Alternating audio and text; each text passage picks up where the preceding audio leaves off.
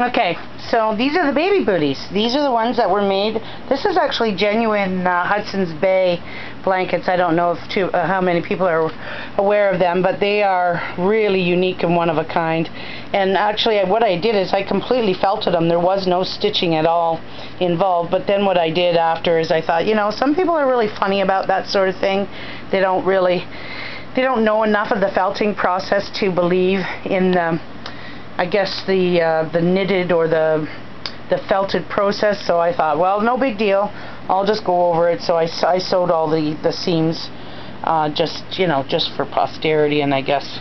And so what I did too, these are actually made from the alpaca fleece that I acquired. Aren't they adorable? So this was all pre-felted, all wet felted, the felt, and then they were cut. And what I did is I actually felted them with a wool base just to give them some stability, okay, just to reinforce them, just in case the felting process itself. I just found that with the seconds of the alpaca fiber, I found that they actually felted better when there was a base fabric involved. They just like a wool base. But anyway, these are just lovely, aren't they? So I made these cute little, just adorable little booties. And you'll see some of the gray colors are a little intermixing there. These are really cute. They're like like a kimono style, a moccasin style, and then these are like just a booty, slip-on booty.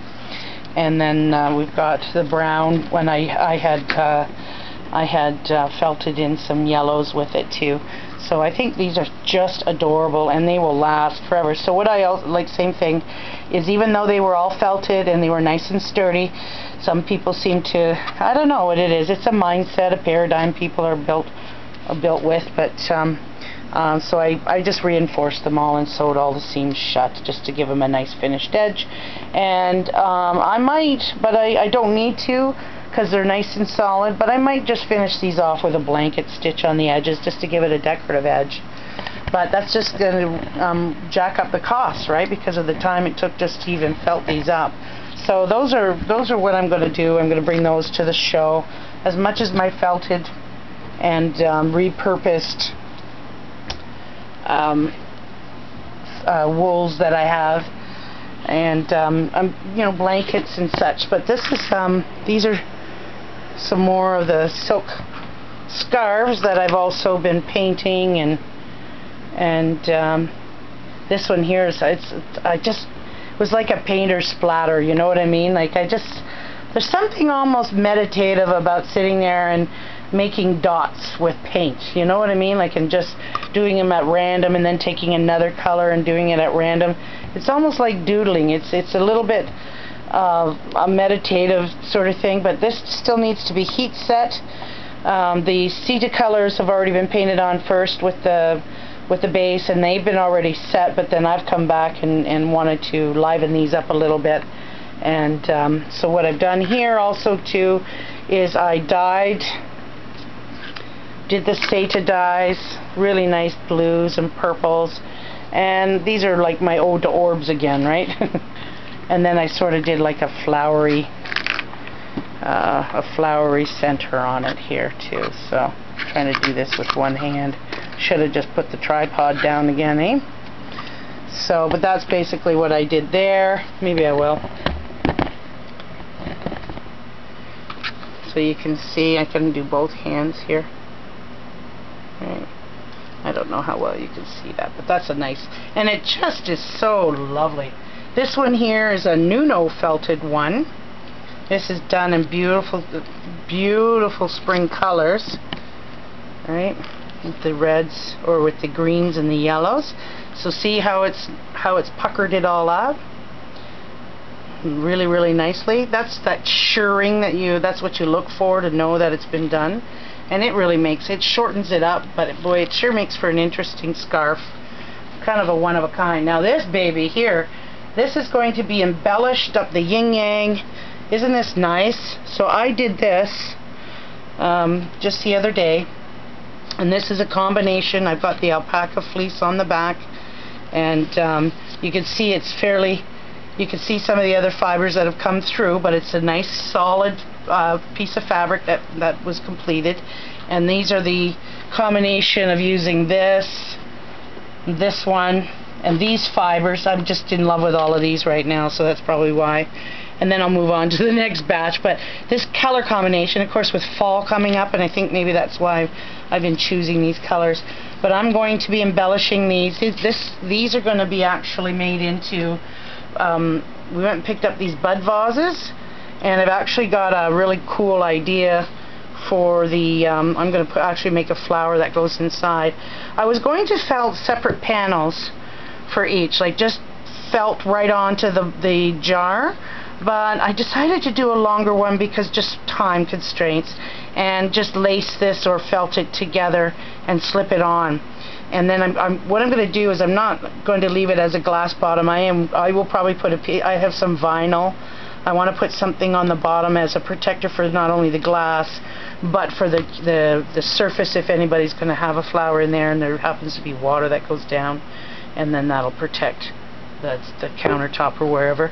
But these are going to be, isn't that going to look nice as a vase cover? And what I'm going to do is I'm going to rim the top like a basket, and then just add it, just go nuts, like really bling it up. So I'm going to do a bunch of those with that. And here's another one that I did, another scarf that I did with multiple colors, and I did this actually in multiple layers with the alpaca fleece and wool rovings. So both sides have got some interesting variations. Now the thing is I just, you know, I'm fine with this. It's fine on my arms and all of that, but when I put it on my neck, it's just still kind of got a little bit of an irritation to it that some people probably won't like. And why would I want to put all this effort into something where somebody's not even going to ever wear? So I'm thinking that maybe this will also get used for the remaining vase covers, and you know, I can really bling them up nice. These two here, big pieces, these are really thick. Like these, you can see, just see how stiff that is. They've been up nice. So this is alpaca fleece, and I did like 4 layers of this sucker. It's probably almost a little better than over an 1/8 inch thick. And these babies are going to be warm. So I did 2 of these, and these are actually going to be toppers for slippers. So I'm going to use those as the tops, and I'll figure out how I want to do the bottoms. I think I'm really keen on just doing slip-ons. I'll tell you, this alpaca fleece is so warm. It's warmer than wool. It's actually been I don't know, documented that it's actually warmer. It's a more luxurious fiber. Each fiber is actually hollow, so it has a higher insulation value than the wool counterpart. And the nice thing about alpaca too is they're not dirty in the sense of where you have to well, they get dirty, of course. They're rolling out in the mud and that too. I don't mean it in that way. I mean wool, sheep's wool has a lanolin to it, which there's pros and cons to that because of the cleaning of it to get it to hard. But the pro to that is that it's virtually waterproof, right, with the lanolin on it. Anyway, that's that. Whereas the alpaca though too, like when you see this drying, if I dribbled water on it, the water beads. So it's not something that soaks up the water right away. But when it does, it gets heavy. So anyway, that's it for now. See what I did here is when I'm doing small batches with alpaca, I got these little garment bags here, and so what I do is I will pre-wash. I'll pre-wash the alpaca in a nice hot, but you don't mix it or agitate it otherwise, see, because it's still, you'll see it's still a really nice fleece. And you got some vegetable matter in there, but it's now clean. But you can see that it's still just as it was when it was taken off the animal. But oh man, it is so, you have no idea how soft this feels right now. It's so soft, it's so beautiful. So anyway, this is going to be blended, as you can see. Oh, this one's still a little bit wet, but that's okay. So I do these in small batches and in the garment bags, and then they're already pre-washed. And that way too, in the felting process, I'm not getting muddy water all over the place. But when I do big batches, I don't bother. I do the big batch on the table, and it gets washed as I do it, and then I wash it again after it's all been felted. Okay, I hope you enjoyed it. Bye for now.